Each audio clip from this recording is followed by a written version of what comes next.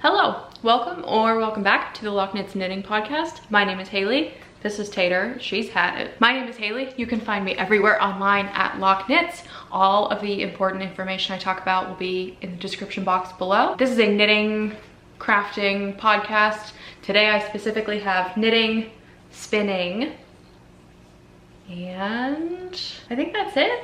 I think those are my crafts of the day. It has been quite a while since I filmed my last episode. I think at least a month, maybe-ish, sort of. We are in like second summer right now. I'm not even wearing anything handmade. I did hand destroy my t-shirt, but it's really hot here. I kind of refuse to turn on my air conditioning. I've just had it, you know, plus I have roller derby practice tonight and my hair looks like completely psychotic. I'm just gonna start talking about what I have. I have a lot of finished objects. I have a really long story about a little guy that I've been like putting off talking about on the podcast because it's just like such a long story that I don't know if I'm gonna sound insane by the end of it. I'm gonna start with actually the only thing I have that's not, I guess, technically finished because it's not blocked yet. So I have a plain doodle cowl that I made. If you are not familiar with the doodle packs, they are basically a series of knitters flashcards. I have mine arranged in a binder. I know a lot of people store them in different ways, but it's basically colorwork charts that are all divisible by stitch counts of, I'm pretty sure 24. And you can buy these packs that are themed. They have like Halloween, summertime, Valentine's Day, like baking, gardening, like they're just super cute. And it's one of those things I've been collecting for a long time because I feel like when I go to a yarn store and I want the urge to buy something, but I don't want to buy something that's gonna take up space in my life, the doodle packs are a really fantastic thing to scratch the itch of making a purchase at a yarn store without bringing home more yarn. So this is just a plain tube cowl. I cast on 120 stitches. I actually had full intentions of this being a hat. I like started knitting a pattern. I don't know, there was like a huge gauge discrepancy and I don't gauge swatch for hats, you know? So I did the ribbing and knew pretty instantly that, you know, after however many, I think there's like 8 rows of ribbing or something, that like this was not gonna happen as a hat. It turned into a cowl. The stitch count for this is in my Ravelry project page. My Ravelry link will be below, and I take very detailed notes about things that are like not obvious. Stitch counts for anything that I can include or like any kind of recipe that I make myself are in every single project, and you can find that on Ravelry. So this was 120 stitches. I decided to pair it with this other yarn. So the main color is Quince Osprey, that sounds right. That's also on my Ravelry page if you care. I don't even remember where I got this skein of yarn from. It's like a charcoaly dark gray, you know. I'm pretty sure someone gave it to me because I typically don't buy gray yarn, but honestly this is kind of changing my mind. So I had the Osprey all hanked up, like I'd never used that in my little yarn shelf. And then my contrast color is a, oh shoot, what's it called? It was some kind of, I made my Saltburn sweater. My Saltburn sweater was also out of whatever this color is, and I'll put it on the screen because at this point now I want to know. But both of these yarns, I would say, are next to skin, soft, super plumpy, very nice. And I can't comment on the Quince yarn, but whatever my contrast color is was very affordable as well. These are all just random cards from the doodle pack, and I always just go off of vibes. I don't super plan ahead that much. I do probably the most planning is in like a large pattern, smaller pattern, large. I try to alternate between like really thick, like tall patterns and skinny ones. But this, I basically just knit and knit until it looked like I was gonna get to the end ribbing portion and just barely have enough yarn left. I had like a piece of yarn this big after this whole project was said and done. So that was fantastic. I'll show you guys the inside. My color work gauge, I've got it locked down. I will toot my own horn about my color work because it looks really nice. It's always pretty tidy. I'm good at like remembering which float I caught when. So this was just a plain tube cowl, and like I said, it was supposed to be a hat, but I could just tell that it was gonna be like crazy big, and obviously it is. So I haven't blocked it yet. I knew if I blocked it, it was gonna be like sopping wet, and I would just rather show it on the podcast in this state because, like I said, my color work doesn't look too bad. The only other thing that's super interesting about this project for me, and some other projects I'll talk about that I have going on, is that I have since been converted. I wish I could like find the audio clips of me saying I would never do a tubular cast on or a tubular bind off, because I am completely 110% converted. The tubular cast on and bind off are both here in this project, and like I said, some other ones I have. I'll talk about it more and kind of how I arrived at that conclusion. Really love how this looks in terms of like the finishing touches, which again, I said not that long ago, it's probably like 1 or 2 episodes ago, that I would never ever spend time on that, and here I am eating my words. But this is a really cute little FO. I'm not 100% sure if I'm gonna keep it yet. I do have like a bin that I just throw a bunch of handmade things into. I really like this pattern, like the 2 colors together. This color palette is really like giving me a good feeling of inspiration, but I'm not really like I'm not like a tree. I'm not a nature. I'm not gonna keep this. So I'll give this to someone. I will find a good home, but I'm just like not nature queen in this. I don't want to be a poser. This is my first finished object. Like I said, not in chronological order. So next up, I actually have a garment. I wish I would give anything to be able to put this on my body right now, but I would like simply combust. My house is only 74 degrees, but I just literally cannot even bear the thought. A few episodes ago, wait, have I ever, I don't know if I've shown this yarn at all. After Tour de Fleece, I decided to spin, while we were on like a girls trip, I started spinning this yarn. I will put pictures of like just the yarn here. I got it for super cheap, the fiber for super cheap from Divine Dye Works on Etsy. I love their shop. Their shop is incredibly affordable. It's very fast shipping to the United States as of 2 months ago. Who the hell knows now? They are amazing. Love getting like a large quantity of yarn for a good price. So I got 12 ounces of this fiber, and it was called, I think the colorway was called Earth. And online, when I bought it on Etsy, it was giving Halloween. And when it came in the mail, I opened it and I was like, oh dear, this is less Halloween and more Mardi Gras. And so I took this spinning project, because I mean, I had 12 ounces of it. I was like gonna have to spin it anyway. And it was really like vibrant in the braid. And I did not like that. It's like, what's not what I was after. So I took this on my girls trip, and everyone was like, you know, you might as well spin it. And so that's where I landed with it. I was like, well, I might as well spin it and we'll see how it goes. As soon as I got like a single ply of this fiber, I was like, oh, never mind. We were all wrong. It worked out to be so like muted and like spooky, but not like black. You know what I mean? Just really dark, like absolutely gorgeous. So I will have put on the screen already by now the yarn in its like cake form, but this is what it ended up working out into. I love this. I love this so much. I think this is like probably one of the most perfect garments I've ever made in my entire knitting journey. So this is the, oh, it's called See My Vest Worsted.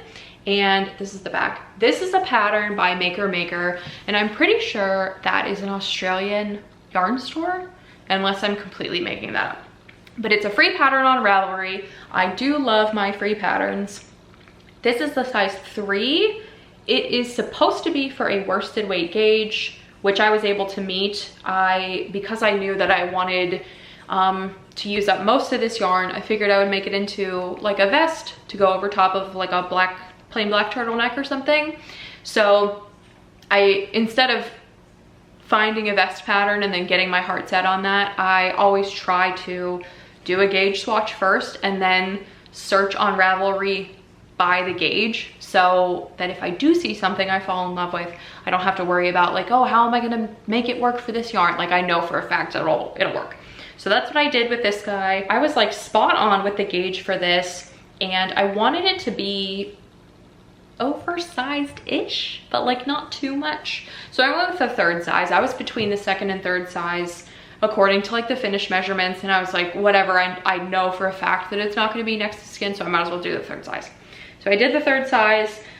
It was fantastic. You start with the back cast on edge, which is just one straight line of knitting, and you work the entire back panel, leave those stitches on hold, and then you take another set of stitches or another needle, pick up these sets of stitches, and then work the front, join it this way, knit down, and then join it in the round and finish the body. So by the time you connect it here, you're already like essentially done, basically. So I'll give you some close-up looks of this, but like I just think this is so beautiful. The only spot, and I don't care about this because no one should be looking at me ever for any reason anyway, but the only spot that really got blubby is actually right here. So right on the shoulder, and like who cares? I don't care. But other than my one, what is that, my left shoulder, everything else like pulled and knit up so beautifully. Like I truly could not have asked for a better like color distribution. That gold in the middle, like let's go. That is so pretty. This is just a cutie pie little vest. I did a split hem at the bottom. There are instructions for a split hem in the pattern, so you could make it exactly like this. And I would absolutely make this again, for sure. Like no question, make it again. I think this would be a great template if you had, I'm not like a duplicate stitch girl yet, but if you had like a duplicate stitch pattern you wanted to put on the front of this, this is like a phenomenal, perfect base for that. This was the pattern that changed my mind about the tubular bind off. So when I was picking up, I did the neckline first. So I connected everything. I got it in one piece, kind of like around the bottom hem-ish, before I was like, okay, I want to finish the neckline, finish the arm ribbing so that I can put it on, try it on, and get a legitimate idea of where this is landing so I know how much to knit on the body. So I did the neckline, and I finally learned how to pick up stitches. I've been knitting for 19 years. Every time I've picked up stitches, every single time, I'm just making things up. I just go off of vibes. I just put the needle in a hole and hope for the best. I find something about this stupid vest like finally clicked with me, and I'm just like so proud of how these stitches look. I don't know, you know, it's just one of those things. So I did the entire neckline, and I kind of fudged like the rate of increases. I was really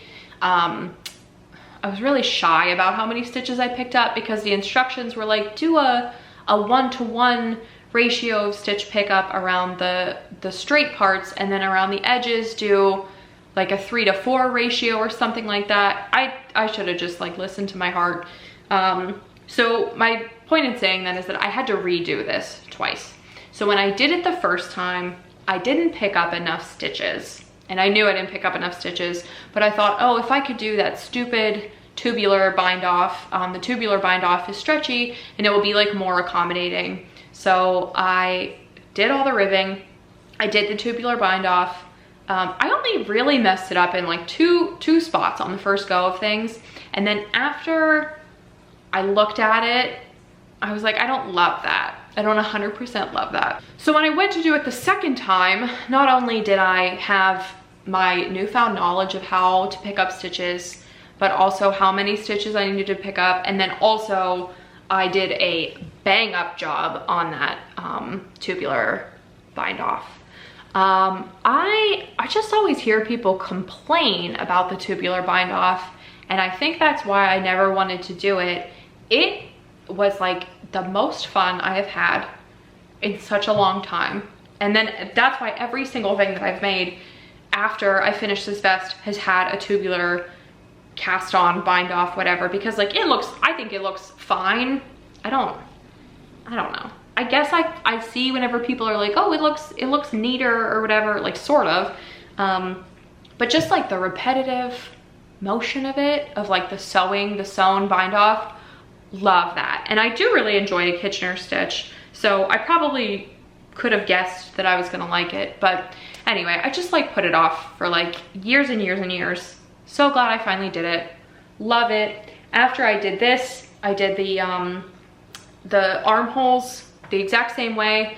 I was definitely not spot on with like how many stitches I picked up on the armholes, because the stitch counts on both sides were different, and I don't care about stuff like that. Like, I'm not gonna lose sleep over it. And then when I got to that point where both the armholes and then the neckline were finished, I was able to try it on, get an idea of fit and everything. And to no one's surprise, my underarm is, oh, I don't know, maybe like 3 inches before I started the ribbing. The armhole shaping and just like the distance of the armhole is way oversized in a good way. I really like the way this sits. I hope that, I mean, God willing, by like the next podcast, I will be able to wear this, because I do have like a really specific vision in mind for it, but I just love it. I would highly recommend it. This was a fun exercise to try this bind off. I just love it so much. Would recommend also for using hand spun yarn.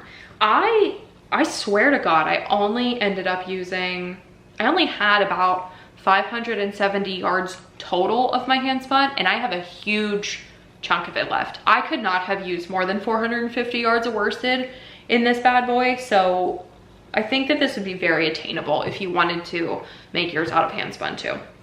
Overall, huge win, would recommend, love this color. This is about as colorful as I feel these days. Love that guy. All right, speaking of little guys that I love, I have to tell you guys a story about a little guy. So when I was on the trip, this is all coming together now. When I was on the trip where I was with all my friends and we brought our spinning wheels, we went to Lancaster, which is an Amish city, like only two-ish hours from where we live, on this side of, I'm filming from Northeast Pennsylvania in the US, and it is like a crafter girl's like dream vacation spot, which like maybe sounds funny, but it's not. It's honestly incredible. We have so much fun when we go there. There's a lot of shops like quilt shops and yarn stores and things like that, and that part's cool, but like the antiquing is great, the food is great. There's a lot of like really interesting like fusion spots down there in like their downtown area. You can get a really mean drink in Lancaster, like good cocktails, and then if you want to go and do like the exact polar opposite, you can go to the Shady Maple Smorgasbord, which is like the most American place I've ever been in my life. It's like an enormous huge buffet. It is like American style food. There's a lot of like mac and cheese and like potato products and like roast and chicken, and like it's slot food. It is so good. It's so good. So we knew we wanted to go there for a dinner, so we all went together, and then had a wonderful time, which we knew we were gonna have. And then underneath Shady Maple Smorgasbord, literally on the bottom floor, is a gift shop. And I think the thought process is like, you eat so much that you're physically ill, and then you go like walk it off in the gift shop. So that's what we did. And they have like really hokey stuff, like just garden flags and wreaths, and you can buy like quilts and stuff downstairs. Someone's car alarm is going, it's done now. We were walking around this enormous gift shop, like just having a funny little time, and at some point we separated. So I was with half the group, the other girls were like over there. We had like 6 people. We have a pretty enormous friend group of yarn people. So we got separated, and then when we reconnected, I found these women, these beautiful grown women who I love so much. They were in a section of the shop that was like the big like stuffed animals, and like they have like collector stuff over there too, like little toys and stuffies and things. And I just like, I couldn't understand what they were doing, but they were like laughing so hard, and they were each holding like a little bear. And I was like, what are you guys doing? Like, what happened to you? I left to go look at garden flags, and like we come back and they're having like an emotional moment with these teddy bears. And they each had their own, and they're all different, and these bears are called Charlie bears. And I was like, okay, well that's cute. I had like Boyd's bears when I was younger. My mom like was into like the craft store stuff, and like primitives and things like that. So we would see, like I saw and had like a bunch of Boyd's bears. They were very beautiful, like made like very high quality. They always smelled good, you know. And so I was like, oh, they kind of remind me of those. These women were like so taken with these bears. And I was like, guys, I was the party pooper. Someone recently dubbed me like the Hank Hill of our friend group, and I both love and hate that. And I was like, guys, I love you, but like you just ate a lot of mac and cheese upstairs. You don't mean this, you know? And they were like, I need these bears. And I was like, okay, no, like we're not doing that. You're literally just full and you're having some sort of moment. So we all had a laugh, and we like took pictures of these little guys, and when they put them down like back on the shelf, they put them in like certain places, because like I said, they were all different. So we had like a laugh about it or whatever. And then the entire drive home, everyone kind of like as a group started having like big regrets about leaving these bears there. And we were like joking about it at first, and then it became like not a joke at all. And we went home, and while we were just like sitting in the Airbnb and we're like spinning and knitting and like having just like a good time in like our PJs, you know, we like had too much champagne, and we were like, we have to look into like whatever these Charlie bears are. I'm sorry the story is taking so long to get to my next thing, but I assume this is the type of content that you're here for. So we are in the Airbnb, and we're looking up Charlie bears and like their lore, you know, because like you don't have all of these bespoke like handmade teddy bears without like a store. Like, where did they come from? Who the hell is Charlie? You know, all this stuff. So we looked them up on YouTube, and we were like sitting on the floor spinning yarn watching Charlie bear videos. And so we're watching these videos as they're like it's kind of like QVC. It felt very like oh, here he is, you know. And then they saw some of the ones that were in the store we saw on YouTube, and they were like, oh my god, that's the guy, like that's my guy, that's the one. And then while we were sitting there watching it, they held up this little one that looked nothing like the rest of them. And I'm sure you've probably been able to tell where this is going from like a mile away. So they held up this little guy, and he didn't look anything like a bear, to be honest with you. But he was like cracking me up so much, and they called him an earth elf. And so I was like, he looks like a little vampire teddy bear. And they were like, oh, that would be like, that's like your Charlie bear. And I was like, yeah, haha, how funny. So by the end of the night, and like many bottles of champagne later, we were like, we are going back tomorrow to the Shady Maple gift shop. Like, we just knew that it was gonna happen. And it was like every couple hours, like we would sort of like check in and be like, I'm not joking. And everybody agreed that we weren't joking, and it wasn't like a funny thing. We were like on a mission at that point, because we were like, we're not leaving these guys behind. So we went to Shady Maple again, and we decided to we gave ourselves many opportunities to truly pray on it. So we went and had breakfast at Shady Maple, which I would not recommend eating that type of food 2 days in a row. It made me like so violently ill. But we were talking about it the whole time. We were like, we can't go down to the gift shop. We have to eat breakfast, make sure that we're making good decisions on, you know, like full bellies, and really think about it. So we went downstairs. There's a picture, I will put it in here, but there's a picture of my friend Melissa and my friend Sock, and they were like walking down the stairs together, and it was just like something out of a rom-com. They were running, it was so cute. They were so excited. So we went there, and to literally no one's surprise, the bears were like exactly where we left them. And I didn't know if Earth Elf was gonna be there, but he was. And he was on the very bottom shelf. I think I have a picture of him and his brethren like sitting next to each other. And I was like, I cannot do this. Like, I had just done everything with this house. I was so stressed. I was literally moving like the next day into the house. We had like so much to do and everything. And I was like, I just cannot, I cannot do it. And my friends were like, you need this thing in your life. So they put all of their funds together and got me a little guy. I did get my Earth Elf. And so all the other ones had names. There's Tardy the Sloth, and Annie is Melissa's bear, and then like Honeymoon is Brian, got like this big hairy like bunny thing, and all of them had names. And then the one that I got was called Earth Elf, and I was like, I don't like that at all. That's not like a name.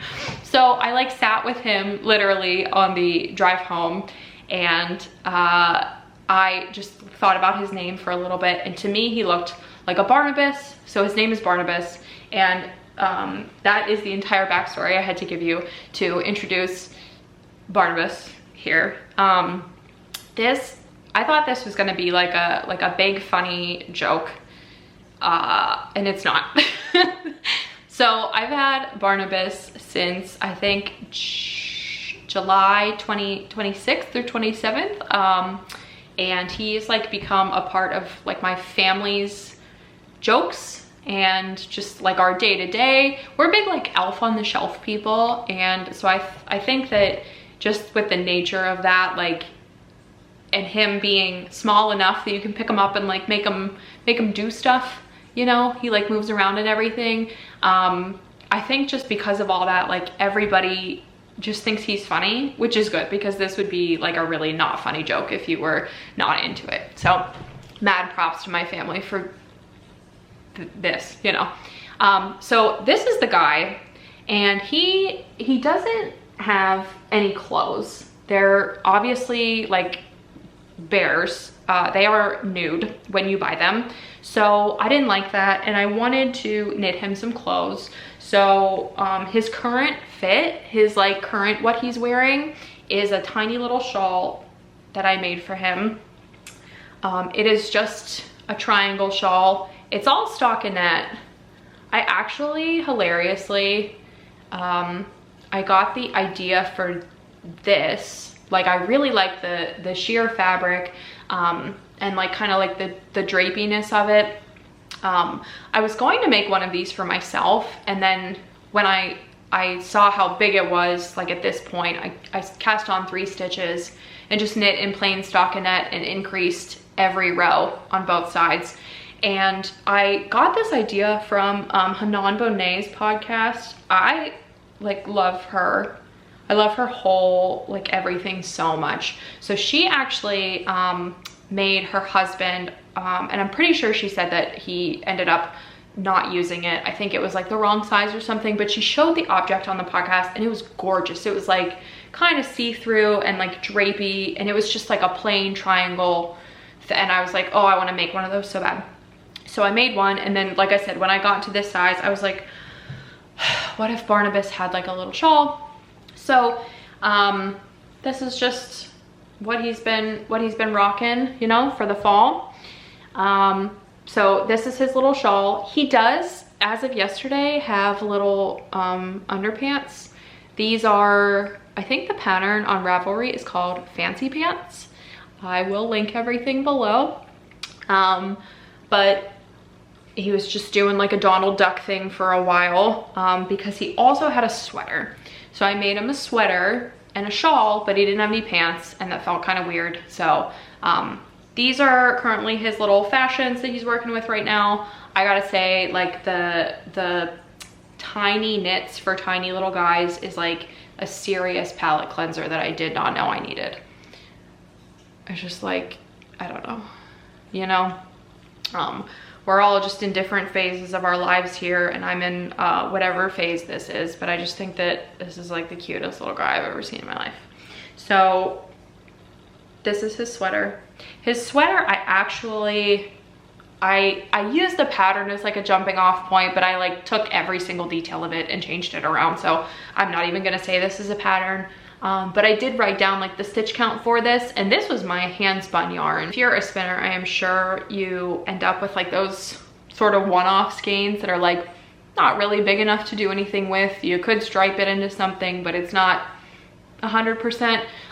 This was perfect for that. So I still, of course, had leftovers. Why wouldn't I? After I was done knitting this, but I just thought this was such a fun use of my hand spun, just a little sweater for him. Yeah. So he had a little sweater. That was the first thing I knit. And then, like I said, the shawl came next, and then his little pants. So this is Barnabas. That was a really long story about nothing. So I could just show you the tiny clothes that I've been making that like are cracking me up. So this is him. He will be back. That's all I have to say about that. Next up, I have 2 WIPs, one of which is like a twinkle in my eye and the other is like a tangible WIP. So I'm gonna start with my tangible WIP first. This is living in my project bag that's my friend Sock made me out of a forgotten quilt block. Does anyone else do this? Do you put, I always have, on like every single bag, I have like a few light bulb stitch markers as like a little zipper full.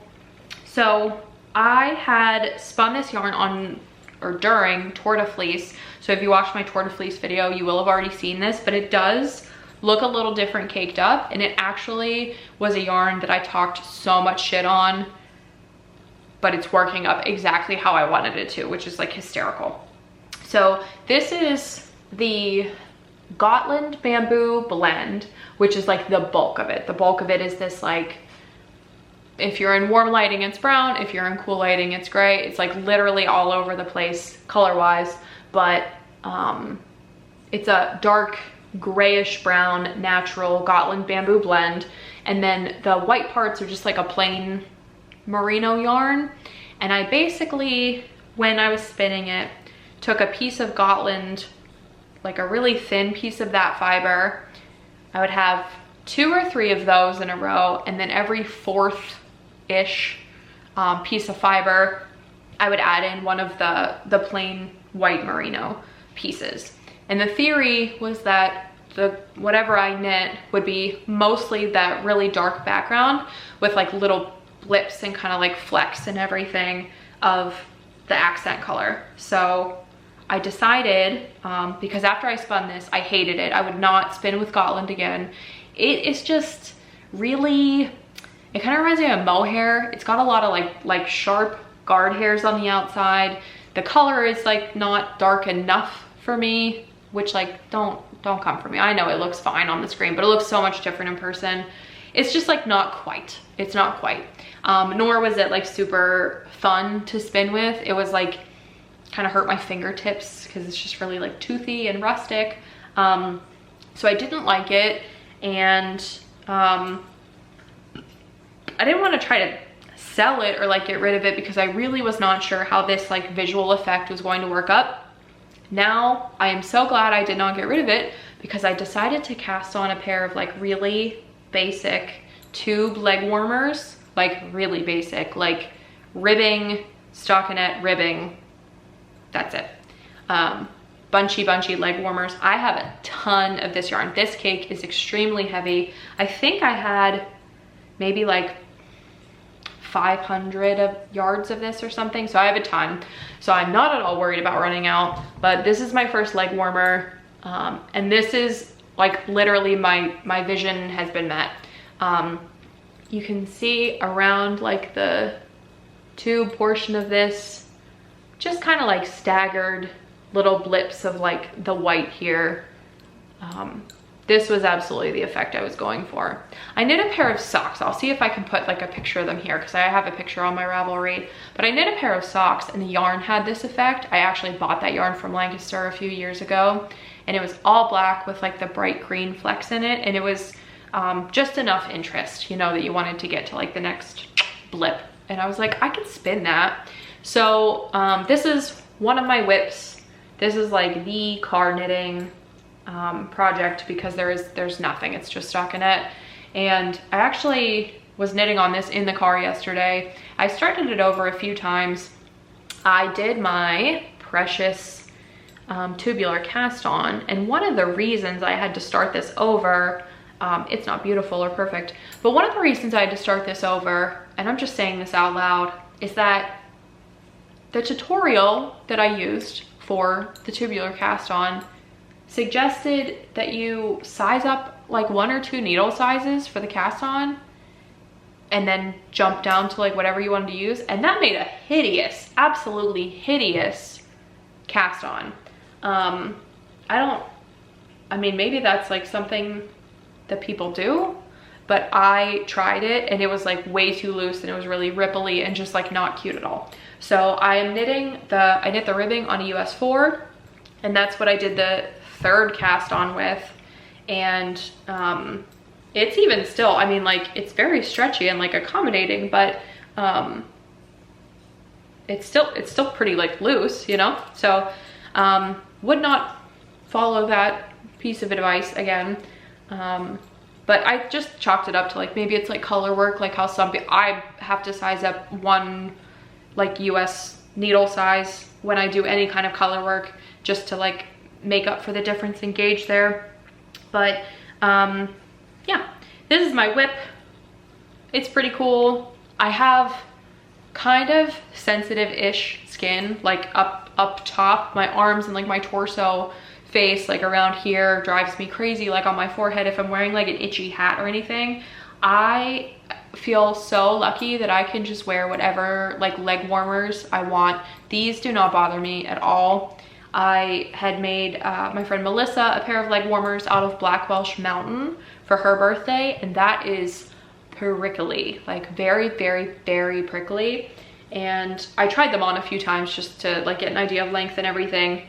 Didn't bug me at all. And so far these have been great. I have tried them on a few times, really excited to wear them. And I actually think, you know, if you're at the point in your day where you're putting on Gotland leg warmers, you're probably not going to have them next to your skin. They're probably going to be over some like yoga pants or leggings or something. So I think these are going to be great. I wish the color looked like this in person.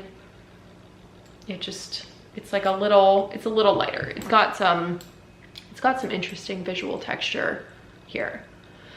So wouldn't spin this again, but this is a really fun project. So this is what I'm working with.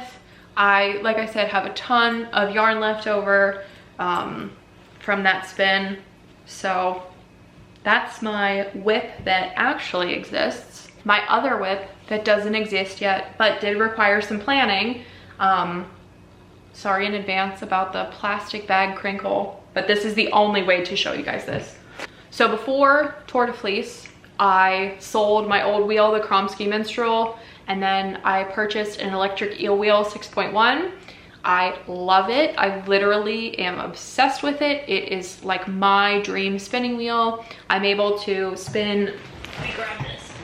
I'm able to spin like a DK to worsted 3-ply. This is a chain ply. Chain plying is probably my favorite way to spin, or to ply, I guess I should say.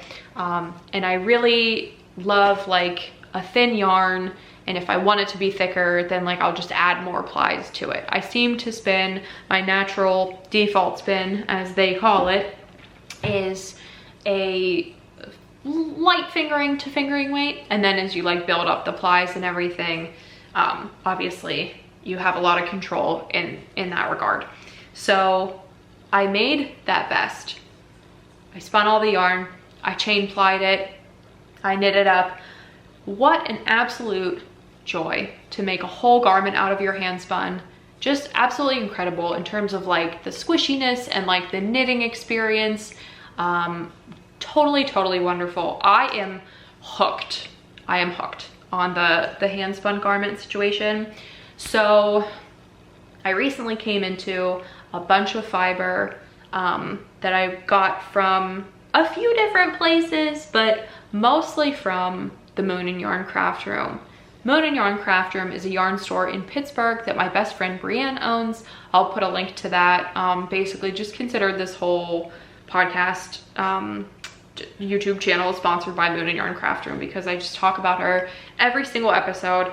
So I got the bulk of these things from Brienne's store, and I'm gonna show you everything that's happening together as one object, and then I'm gonna take each one out and I'll talk about it in a little bit more detail here. Kind of roll up the sleeves for the big combo spin discussion, but I am going to combo spin all of these together to make a sweater quantity. They're still in their braid forms right now, and I'm actually going to take a little bit of time while I'm editing this to split them up and divide them how I need to. This is probably very hard. Okay, it's focusing a little bit. So this is the bag of fiber. I have 7 braids of 4 ounces each. 4-ounce braids is what I'm trying to say. So that'll be 28 ounces total. So these, the way I packed them up in here looks like absolutely nothing goes together, but there's a through line here, and I acquired all of these very rapidly, but accidentally also. So I'm gonna put the bag down, and over here I'm gonna put a picture of all of these braids laying out on my dining room table so that you can see how the colors do work together, as kooky and crazy as they look. There's a ton of black, charcoal, and gray spots in almost every single one of these braids. Where there's some crazy color variation is in the bright greens. There's like, this has some blue in it. There's certainly a lot of this purple color throughout these. And like, do they work together? Not totally, but they're gonna. So this is my plan, is to spin all of these. I'm really only going to divide them by like the body and sleeves. And then after each one of those quantities are separated, I think I'm gonna do 1/3 of this as the sleeve fiber, and then 2/3 of it as like the main body. I am going to just separate into like really thin little pieces and kind of like ball them up and put them all in a container. And when I spin, I'm literally just gonna grab like whatever comes out of the container and put it in the wheel with some nitpicking, you know. This is how I'm going to spend the rest of my afternoon, is just sorting these guys out. So let me show you what each one is. My first out of the bag here, my friend went to the, I'm pretty sure she got this at the Pittsburgh Knit and Crochet Festival. This is from Deep Dyed Yarns. It's 100% Polworth. Most of these are Polworth. Some of them are not. And she got me this. The colorway is called Oogie Boogie. Cute, we love it. Greens and purples and grays, spooky and cute. Next up, if you're a Jack in the Attic watcher, this might look familiar. This is Fat Cat Knits. This is Peat Bog, and Jack from Jack in the Attic had recently spun this exact colorway. I was actually stoked when I opened my little package and this was in it, because I was like, is that Peat Bog? Oh my god. So Peat Bog from Fat Cat Knits. A lot of these are Fat Cat Knits, and this is what I had picked up from Brienne's store.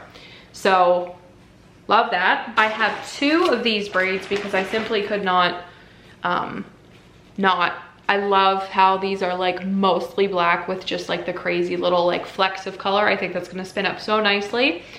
This is Sweater Weather Fibers. I got this from the PA Endless Mountains Fiber Festival, which was one of the most fun fiber festivals I've been to in years. It was amazing, total blast. So we saw Sweater Weather Fibers there.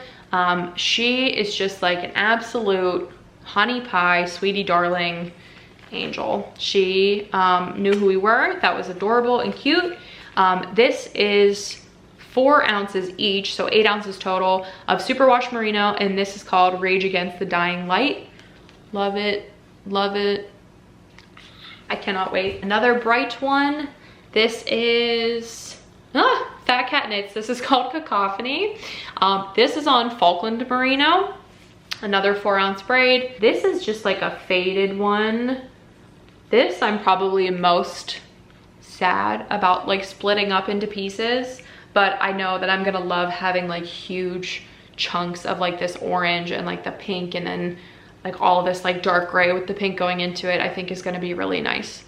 So that's that. This one is probably my wild card. I think this looks the most crazy in a braid, but I see the vision, I know how it's gonna work, and I think what's gonna end up happening most is that this portion here, the like really red and purple, is going to blend together and just become like a really beautiful like blurple. And I know in my heart that this is going to work out perfectly, especially like the green here and the green here. You know, you really only need those to interact in like a few places throughout the spin for it to like make total sense, I guess. So this one is called Banshee. This is also Fat Cat Knits. And this is Targhee. Love Targhee.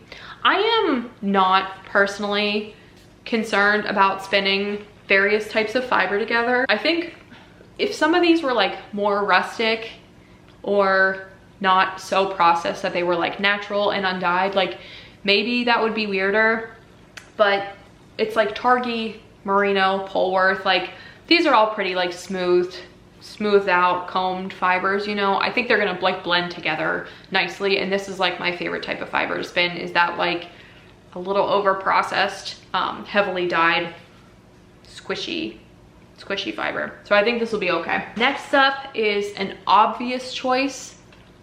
Clearly. This is 4 ounces of Polworth, Fat Cat Knits, and this is called Flash Dance. Cute. Love it. Very excited that there's like a bunch of this like pink in there. We got some of the, I love personally whenever there's like little white blips, like where the dye just like didn't get in there. I think that's so much fun. So this one kind of touches all of them, goes with everything. And then the last one is also Fat Cat Knits. This is called Disco Fever. This is another, I would say, like wild in that it's like at the far end of the spectrum. I think a lot of these have overlap, and this one probably has the least amount of overlap, but it's still going to, it's gonna work. I see the vision. I think the purple is really going to like carry throughout this entire thing, and I'm excited about that because when purple blends with so many things, it can just, you know, become something else. The purple and red will, you know, kind of meet halfway for like this berry color. The purple and black will, see right there, like it's all gonna come together. I am hopeful. And honestly, if it turns out to be like just a really fugly hand spun sweater, who cares, you know? This is my first big combo spin.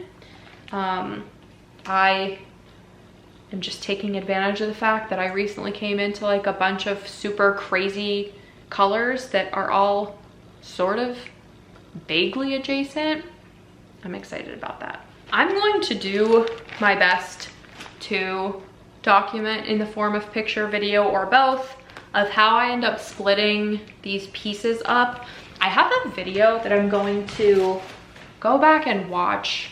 It was just like a random Tour de Fleece video I put on, and this young lady is so cute, and I can't remember what her name is. I'll put a link to it down below, and I'll list it as like the combo spinning video.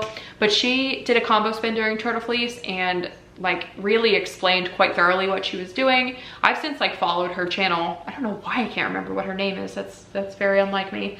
But I will, like I said, have it down below and everything because it was really informative, and she like equal parts knew what she was doing but still explained every step of the way as if like the viewer does not, and I really appreciated that.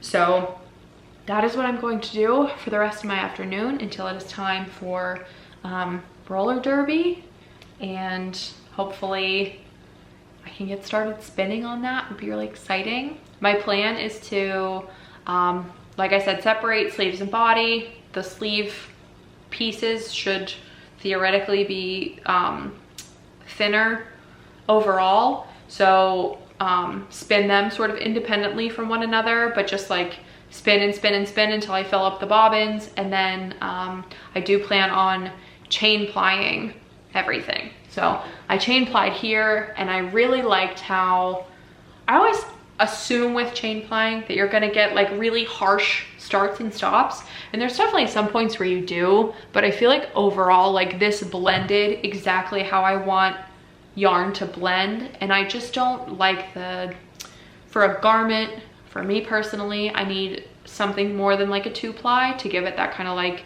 structure and like real, like, you know, oomph that something like this has. So I'm basically going to be riding this high for the rest of my life, because that's, like I said, the perfect garment I've ever made.